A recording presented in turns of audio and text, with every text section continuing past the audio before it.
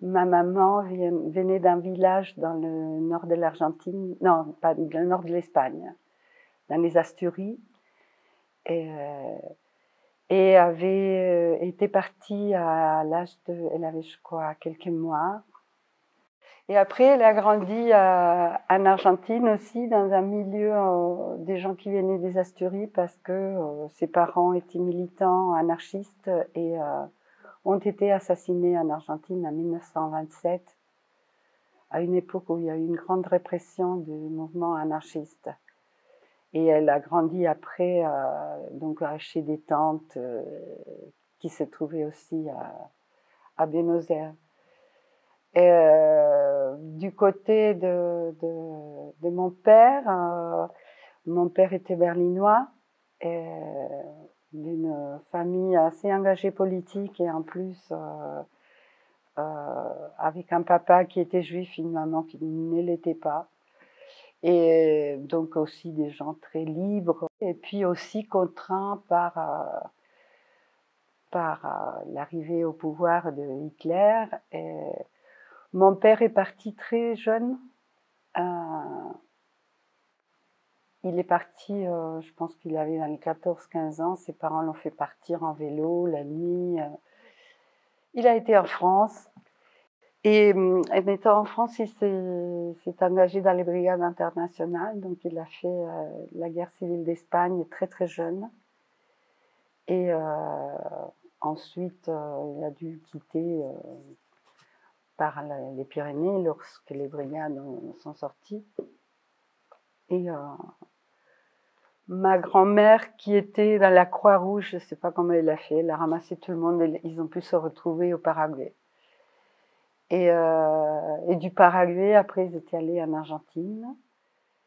Mon père est mort quand j'avais 8 ans.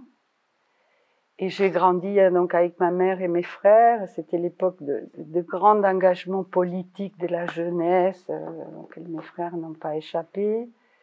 Moi, j'étais la toute petite dernière.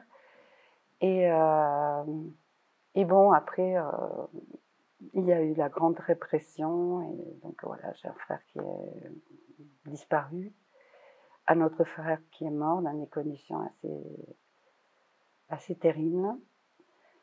Et à un moment donné, comme j'avais été aussi enlevée,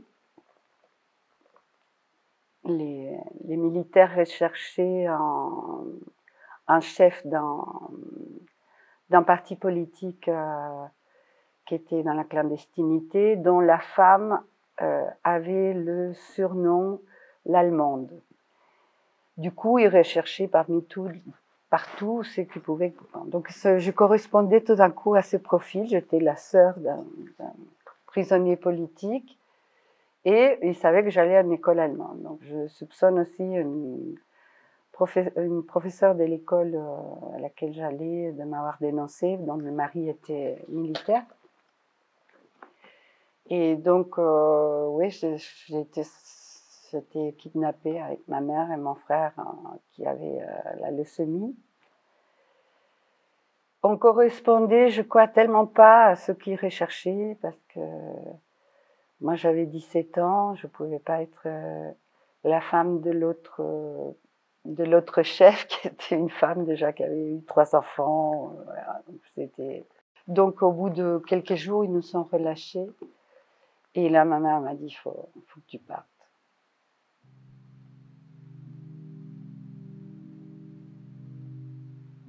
J'ai passé moi-même beaucoup d'années sans parler parce que c'était pas. D'abord parce qu'on ne voulait m'écouter. Mais après, pouvoir mettre le mot, c'est en commun avec les autres. Comme moi, j'étais sortie de ce kidnapping, hein, ce n'est qu'après que j'ai su que moi, j'étais une disparue, en fait. J'étais une disparue qui avait été relâchée. Mais que j'ai été dans la disparition. Et ça prend beaucoup de temps pour réfléchir. Et puis c'est une chose que dans le quotidien est présente tout le temps. On a comme une joie de vivre, on est content de vivre, mais tous les matins, c'est un travail, c'est dire je sors, voilà. Donc je porte ce témoignage quand on me le demande, j'essaye de le faire. Et c'est pour ça aussi que j'ai voulu le faire à travers cette petite figure qui a été dans ma poche pendant pas mal d'années.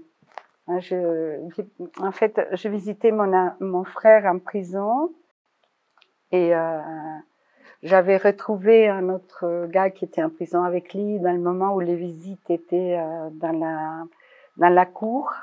Parce qu'après, on a fait les visites dans des endroits fermés avec des vitres, des choses comme ça. Mais à ce moment-là, j'avais retrouvé quelqu'un et il m'avait offert cette pièce. Alors, dans la prison, c'était très, très strict. Ils n'avaient pas droit ni à des livres, ni à rien. Parfois, on pouvait passer du papier, des choses pour écrire.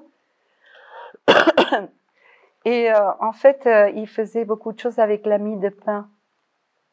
Et vous aviez une partie des prisonniers qui aimaient jouer aux dames, et puis une autre qui aimait jouer aux échecs. Parmi les prisonniers, il y avait des joueurs d'échecs très très forts, hein, des grands. Et donc, ils construisaient tout le temps les pièces, et ils réussissaient à faire le jeu d'échecs. Et régulièrement, service pénitentiaire réprimait entrer dans les cellules, ils cassaient tout, leur enlevaient tout. Donc il fallait tout le temps recommencer à refabriquer les pièces. Et d'ailleurs, ça, si on le regarde vraiment, c'est il a un peu un profil d'un pion. Hein. Il a démarré un pion, mais il a fait une tête. Et puis ça rentrait très bien dans ma main parce que je pouvais mettre là, comme ça. Et c'était comme ça dans ma poche. Il ne voyait pas, les yeux étaient couverts, mais la bouche pouvait crier. Et elle m'a accompagnée dans la poche pendant des années. Je suis sortie d'Argentine avec la figure dans la poche. Et je la tenais et je crois que j'ai pu la poser dans un endroit, dans une espèce d'endroit où je mets quelques souvenirs. Et au moment de la naissance de ma fille aînée, là, je pris racine dans une nouvelle vie et puis la pièce, elle est restée.